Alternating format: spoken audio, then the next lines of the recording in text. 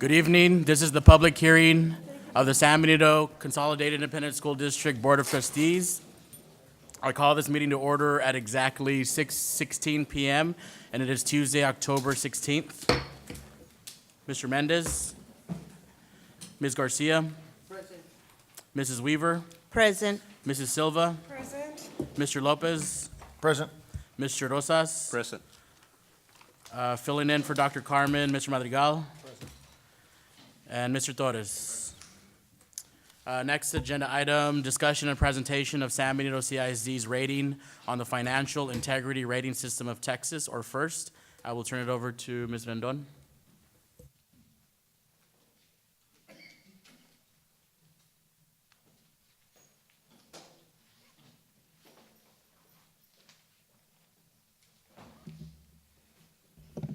Thank you, Mr. Vargas. Members of the board, Mr. Madrigal, and our audience. This public hearing is based to have the findings of the Financial Integrity Rating System of Texas. It is required that we have a public meeting to discuss what our rating was. Also, there is some, and I think we passed out, if not, there's copies of here, of the first rating, as we call it.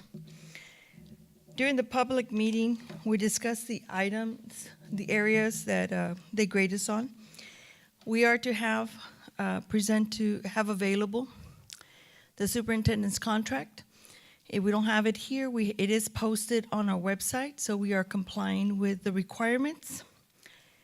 We have handed out the financial integrity rating system, and along with the expenses of board members and key officials that were present at the time for the 2016-17 data.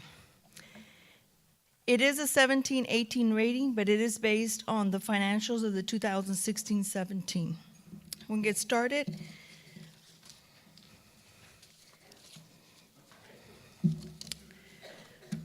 The key points were, and they compare from one year to the next. The item was a complete annual financial report, AFR, and the data submitted to the TA within 30 days of the November 27th or 28th deadline, depending on the school district's fiscal year end dated of June 30th or August 31st, respectively. Previous year was yes, current year is yes. 2A, was there an unmodified opinion in the AFR and the financial statements as a whole? The American Institute of Certified Public Accountants, AICPA, defines unmodified opinion. The external independent auditor determines that there was an unmodified opinion. Yes and yes. 2B, did the external independent auditor report that the AFR was free of instances of material weaknesses and internal controls over financial reporting, compliance of local, state, or federal funds? Yes, no. Was the school district in compliance with the repayment terms of all the debt agreements of a fiscal year? If the school district has in default of previous year, the technical default is a failure to uphold the terms of debit covenant, contract, or mastery promissory note, even though the payments to the lender, trust, or sinking funds are current. A debt agreement is a legal agreement between the debt person or company, etc., that owes the money, and their creditors, which includes a plan for paying money back debt. The answer in 2015 was yes, in 2016-17, yes. Was the unrestricted net asset balance, oh, I'm sorry, I missed one. Did the school district make timely payments to the TRS, Texas Workforce Commission, Internal Revenue Service, and other governmental? Yes and yes. Was the total unrestricted net assets in the governmental activities columns in the state of net assets greater than zero? The answer was yes. Last year is yes. Was the number of days in cash on hand and current investments in the general fund for the school district sufficient to cover operating expenditures? We received, this is when we start getting numbered. We had an 8 rating. In 2016-17, we have a 10 rating. Number 7 was the measure of current assets to current liabilities ratio for the school district sufficient to cover short-term debt. We got 10 points the year before, we got 8 points this year. Was the ratio of long-term liabilities to total assets for the school district sufficient to support long-term solvency? 10 and 10. Did the school district's general fund revenues equal or exceed expenditures? If not, was the school district number of days of cash on hand greater than or equal to 60 days? 10 points, 10 points. Was the debt service coverage ratio sufficient to meet the required debt service? 10 points, 10 points. Was the district administrative cost ratio equal to or less than the threshold ratio? We had 8 points, we have 10 points this year. Did the school district not have a 15% decline in students to staff ratio over 3 years? 10 points, 10 points.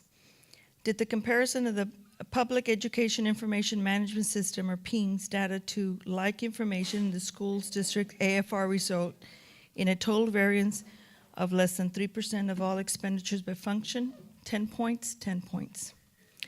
Did the external independent auditor indicate the AFR was free of any instances of material noncompliance in grants, contracts, and laws related to local, state, and federal funds?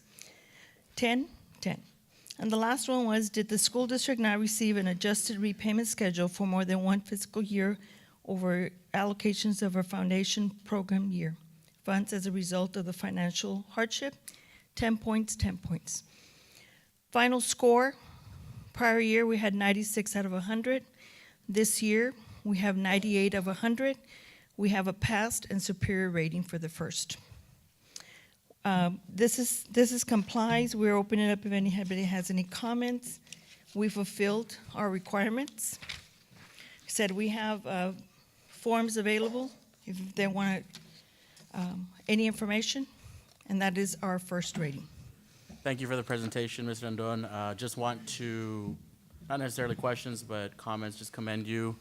Obviously, we've seen growth from 96 to 98 from last year, and even from the year before. I think we were crawling as well up to the 100%. So just wanted to thank you for your hard work and your ladies and that you have working in the financial services office. So thank you.